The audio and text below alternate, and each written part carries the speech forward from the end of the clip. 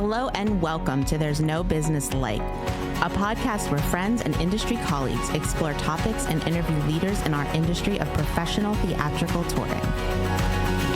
Welcome back to There's No Business Like. Josh Benson here, and we are coming to you live from Tucson, Arizona. We are here as part of the NAPAMA retreat, and I am here today with Spring Carlo, Kevin Peters, who are president and vice president of NAPAMA currently. So what's NAPAMA?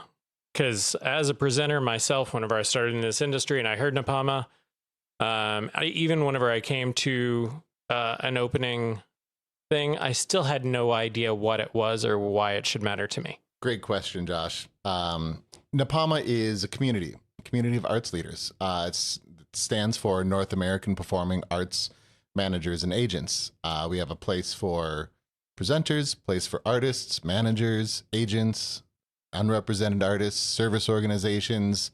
It's really a community for the industry. Yeah, I would say looking at, our roots and how we've really focused on providing that voice for the agent, manager, self-represented artist experience and advocacy there. What I love about how inclusive our organization is that it's a service organization to all the arts. And one of the guiding philosophies in that is that if we understand each other better, we'll all have better business. With that being a role that NAPAMA fills, where did NAPAMA get its start? Where did it start in this industry, and what role or need did it fill at that time to become an organization? It was really about advocating for ethical behavior at the conferences and in the industry in the early days. And then I think that kind of morphed into, we've got a code of ethics for the conferences that we expect our members to uphold. So people who know, that's why we wear the NAPAMA banners or on our badges, that people know that these are going to be good people to work with, ethical people to work with. And I think that kind of then, morphed throughout the years. And as NAPAMA grew, advocated with the conferences for more exhibit hall space and time, programming that didn't happen against those exhibit hall times, advocating for our members with a caravan and helping our members get from conference to conference. Back when we had, you could kind of go from WA to Arts Midwest at the time to PAE when it existed, and the booth stuff would all travel and save cost members. What does that mean? What you say caravan, like, is it a bus that everybody got onto to travel from thing to thing, or what was the caravan and how did that function? We all hang out on the tour bus, for a month. No, it's the booth supplies. This is back, in those days, people had, the full-size booths, and it wasn't just pop-up banners. It was booths that needed to be put together, and perhaps it was TV screens, and it was permanent displays, and it was all the heavier materials that the printed materials too. Yeah. That would get, into these hard cases and wheeled out by the union labor at the, and then stored somewhere in a warehouse. But then the agents didn't have to worry about it. There's a huge benefit of NAPAMA at the time because there's a big cost savings for our members. Was that a free service, or was there a charge to be a part of that? How was it distributed? There was a small charge to it, but because of the bulk and we could go from conference to conference to conference, and there was downtime in between, the shipping companies could fit it into their schedules a little bit, and the storage time was minimal in the warehouses. So we were able to discount it significantly for the members. And then creating a shared cost is so much cheaper than if someone was trying to do it individually. And that kind of goes back to, I think, the whole idea of a collaborative nature within this organization. We are a service organization. We have to be responsive to what our members need. So we speak about the caravan, especially as us olds who remember, and used it. But nowadays things have changed. We don't have the caravan. We don't exhibit in the same way. We don't use the same materials. I'm not bringing thousands of brochures to each conference. So what is the value for members now that the caravan's no longer relevant to the caravan? Is just one example of a service or an opportunity that NAPAMA can provide with its collective strength and leveraging the needs of its members and the numbers of its members, right? So, looking at NAPAMA's mission of serving, the arts field and that means a lot of things. That means creating networks of connection and, opportunities for folks to meet each other, sharing knowledge, being able to leverage discounts in other ways. We have a deal with Hertz. We have a deal with, rental cars or celebrity access, hotels, legal services, all sorts of different things. So there's different pillars, right? Like you can come to us and for different needs. If you're an artist or an agent or even a presenter, if you're looking for community and trying to connect with people outside of the exhibit hall, that's one access point to enter NAPAMA. If you're looking for discounts, that's another. If you're looking for knowledge, we do a lot of professional development. We think peer-to-peer knowledge is important. We think, learning from experts or people, in completely different genres is important. There's so much correlation that can happen. And if we can float the boat, we should. I agree. I mean, if you look at the history, NAPAMA was started in 1979. That's when the organization was founded. And so any organization, as you go through, the performing arts industry has changed significantly since 1979, significantly since 2020. Yeah. So we continue to adapt and morph and find new ways to serve our members and stuff. But I think one thing that's been consistent is always the education, the inclusivity, and the advocacy work that we do. Yeah. One thing I want to lift up is, thinking of like, what have we done lately? I want to give credit to the past boards who really shepherded us through the pandemic. Thinking of like my own experience, we're a small agency, we had just kind of bought the business 3 years before the pandemic hit. And all of a sudden we're trying to navigate federal grants and the SVOG funding, having the advocacy on behalf of NAPAMA for agents and managers to be a part of this conversation with all the other arts organizations that were doing that advocacy as well, like NEVA and, other folks like APAT, but then being able to help navigate the process of the reports and of the information we were supposed to be getting in real time. NAPAMA was essential for that. We were tuning in for every single webinar. We were following those resources. And that was something that board was doing on top of everything else that was happening to them in the pandemic. Like this is a volunteer board. So it really is folks trying to give back and trying to further the field and make sure that what we do is sustainable, not only for us, but for everyone else. I agree. I think it's important too for membership to know that a lot happens behind the doors that, maybe isn't public facing. I mean, you look at, this came up in our retreat, and in one of the sessions we had a great attendance of service organizations at the retreat here. And you kind of realize there is a NAPAMA board member or a member involved in the planning of every single conference that's happening out there in our little circle of the industry here. That's a huge value to the membership and to the growth of the organization and to the impact that we can have in the industry. Well, and we're helping connect the dots, right? Because often in this work, we're so siloed, especially now that we all work remotely, right? Where, for me, I work in my home. Maybe I see my husband and my dogs, but everyone else is on Zoom. And so to be able to, have the opportunity to connect with folks that are your peers, that could be a mentor, that could be someone that you mentor yourself. It's been such an amazing thing because when you know what's going on in the world, in all the aspects of the field, you can make a lot more informed decisions and you can find the opportunities that really work for you. I think, if I can pivot a little bit to the retreat that we're just out of, and we had a wonderful experience at, it is that connection and being able to talk and have all these other voices in the room and to be able to freely share information and grow has just been, it was a remarkable experience this year here in Tucson that we had. And the conversations that happen because we're in the room, because we're open, because we're curious, it's just fantastic. And it's not even necessarily the planned sessions, which pat myself on the back and you spring, they were great, but it's the conversations that happen at the dine arounds. It's the conversations that happened at lunch. It's the conversations in the round tables. And it's like, you realize there's not the pressure at the retreat of sales. It's a place for us, and it's a place for us as NAPAMA members. And the retreat is open to non-members, but it's within the world that NAPAMA has created, the ethical, safety net, I guess, if you will, of NAPAMA, that we're free to talk and we're free to share our concerns and we're free to ask the questions that we might not feel comfortable with doing at one of the conferences because it's so sales driven.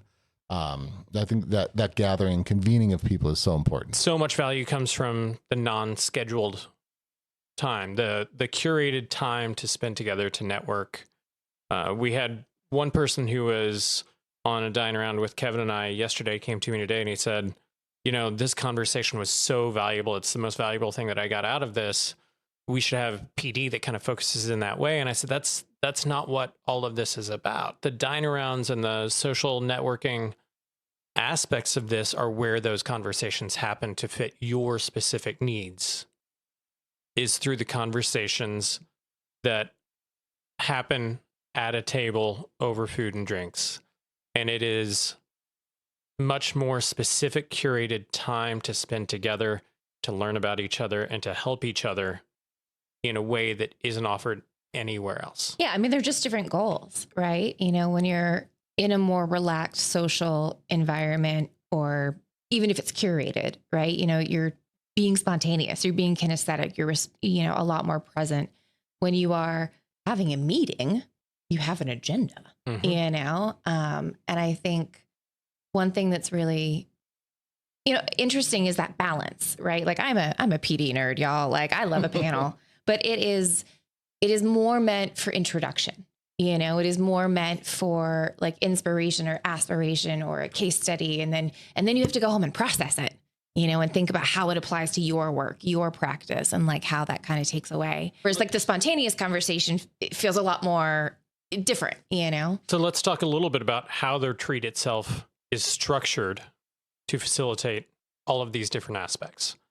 So for anyone that hasn't been to a retreat and doesn't know much about the NAPAMA retreats, how are the goals formulated and then processed through the schedule and the intentional placement within that schedule? The retreat has happened for many years. I don't know the exact year the first retreat started, but it's unique because of the time of the year it happens. It used to happen more mid-May. We've kind of floated towards late May after Memorial Day, but it's after the busy booking season, which used to be a season, now seems to be constant. But after the busy time of the booking is done, we can kind of focus on ourselves.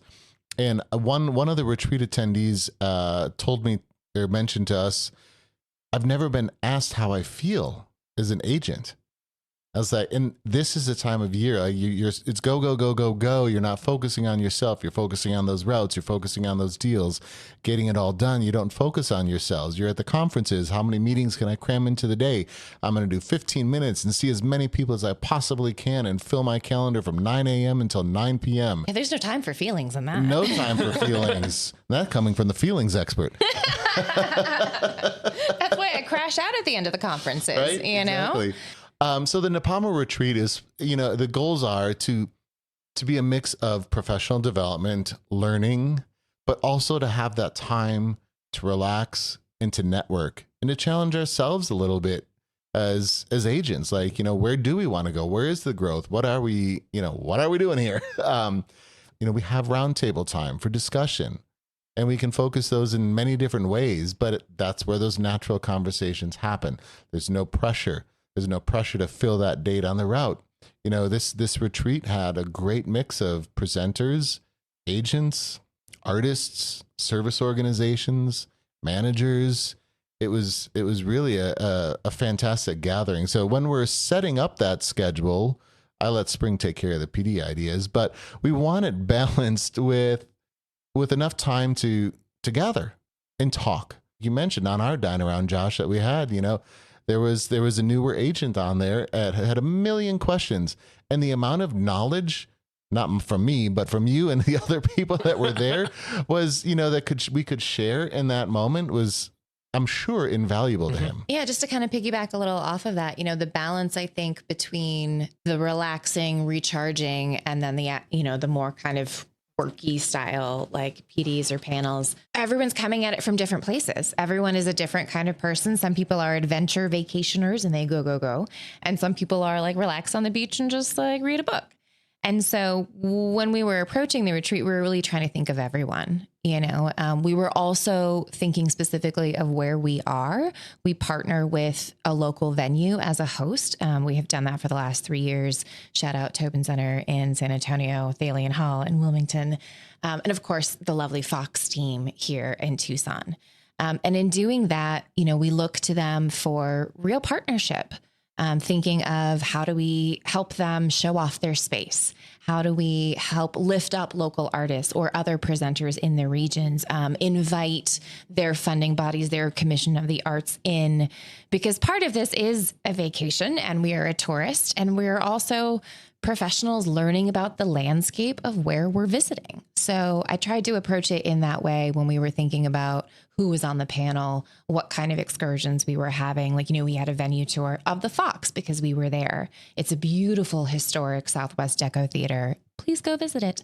But then we also went to U of A and went to Centennial Hall and saw a very completely different kind of theater. So just sort of creating as much exposure as possible so that our attendees can get as much as possible, however they want to receive it. I think part of the charm of I'll call it our model, since it kind of started when we started taking over the retreat committee, is, the city's always rotated, but, partnering with the venues really has been valuable because they can help us learn about the city. We can help them, increase their presence in the city. Look what we're here with the Fox in Tucson, and people see that, but it is that local flavor. And also how many people were able to build relationships here with the Fox team.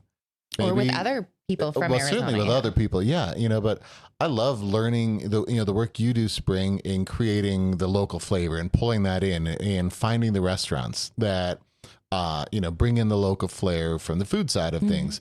The optional excursions we offer. There was a great optional excursion that I didn't go on because I'm not an 8 a.m. 90-degree hike kind of guy. But you two did, of a nature museum up in the mountains. That's a great opportunity to explore Tucson and, to the dine-arounds and to where we had the opening parties and things like that. It's a great way for people to explore the local ecosystem that these theaters are living in. The retreat serves the members in so many ways. The member benefits that you guys have discussed have also been incredibly valuable. What is there for us to look forward to? What is in development for NAPAMA right now? What's the next thing on the horizon? More in what we've already started. This particular board class, has gone through the last 4 years, kind of reshoring some of our systems, reshoring some of our programs. And so now that we have a consistent conference presence, now that we have a lot more visibility back in the field, post-pandemic with all the turnover and catch up, we're looking to expand. We're looking to be stronger within our programming, more consistent with our programming. In the membership committee world, we are creating an affinity group program. So that way the relationships that we are building at the retreat and that we're building at the conferences can stay in touch year round. And that's, a pilot program for the year. We're just launching it, but it's something that I'm personally very excited about because in those moments of crisis or question, you want to have a core group of people that you can reach out to and be like, hey, agent friends, what do I do here? That sense of community year round is something that, already exists within our programming and what we're offering, but we're just going to make more opportunities for those connections to happen. Yeah, I agree with that. The industry continues to change. NAPAMA needs to continue to change. We're not going to deviate from our core mission. But, like that affinity group program, it's like, how can we continue the high that we're feeling today after this retreat?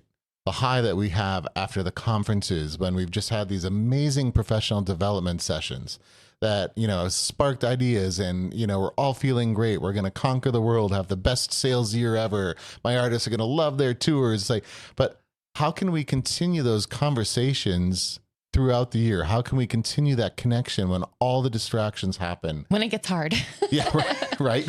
You mean when we're not in sunny Tucson? Yeah. So, it's figuring out those ways. And, Zoom can only take you so far with the professional development sessions we do, the summer coursework that we do, the conference, the in-person things are great, but I'm really looking forward to seeing where this affinity group thing goes, and that we can keep people connected, and continue to grow the membership so the community grows, strength in numbers. As the ecosystem around conferencing continues to ebb and flow, and those conferences continue to evolve, having NAPAMA as a voice at the table for that is going to be incredibly important, both to influence what we can as far as, advising the conferences on how their course of actions might affect us, or how, attendees or agent managers or artists, might respond, but then also to be responsive. If the future of conferencing is going one way, we need to be able to see it and then help communicate it back to our members so that everyone is prepared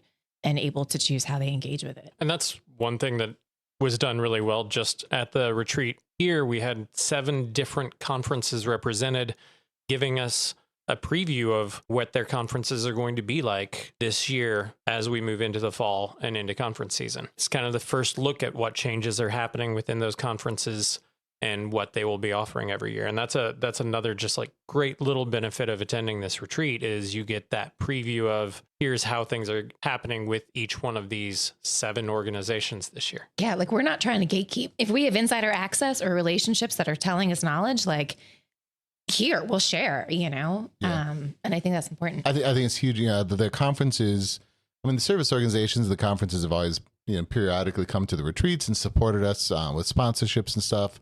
But last year was the first year that we had a large gathering of them. And I really loved the fact that it sparked conversations and friendships among them, that they didn't know each other, and conversations happened. And all of a sudden a little conference group started doing monthly Zoom sessions. And it's grown now to all these conferences having conversations that I've been fortunately to be invited into. And I'll give a shout out to Josh Heim, who's attended the last 3 retreats from WA. He's said it today or yesterday in a session. He mentioned that, every retreat there's been this moment, where it's this is what we need to talk about. And I think it's so awesome that those people, those conference leaders are coming to our retreat and being a part of our organization and active in our organization, not just buying a membership and calling it good. And being served by the organization as well. Exactly. And to have that discovery and those ideas happening that are influencing the decisions of the conferences and those organizations is huge. Again, it's that opportunity to connect and build a relationship, and building a relationship with those conferences and with each other, to understand what's happening. Right. And as I said, I think in my closing session yesterday, NAPAMA is the only organization where all of these voices can gather and comfortably share their concerns, share their ideas and thoughts, ask for feedback. Where else are you going to find that cross section? As Spring did one of the kind of sharing sessions at the end, getting into your feelings session. It was great hearing some of the intentions and what people got out of the retreat. And I hope they find that it's not just the retreat that they get that out of, it's being a part of the organization. There's so many organizations to be a part of. I want people to know exactly what they're getting out of NAPAMA. I want NAPAMA to be an indispensable option for them when they're looking at where are they spending their money, what organizations are they joining. Number 1, NAPAMA. Have to be a part of it. And from there, we can go on. And I will say on behalf of presenters, there's a place for presenters here as well, specifically in understanding the industry holistically and not just from the presenter's perspective. Additionally, we had a great number of presenters here in Tucson at this retreat. And I learned from other presenters while being here, and there were active conversations about things like the false power dynamic between agents, artists, and presenters at the arts conferences. And there was a great back and forth and discussion that was raw and real and vulnerable within the sessions. And so it really is for every part of the industry. And I have had such great value and had such a great place for myself within NAPAMA as a presenter. Thank you. I think one of the values, if we look at the culture of NAPAMA, is that it's so collaborative and everyone is really listening to each other in that. Yeah, I agree. That's one thing we didn't mention earlier, Josh, when talking about the history of NAPAMA. Initially, there was not a place for presenters. It was artists and agents only. And then I don't know the exact year, but then eventually presenters were allowed to be, part of the organization. And I agree with you. Having all those viewpoints is so enriching. I mean, I've learned so much in my conversations with you, believe it or not, and with the other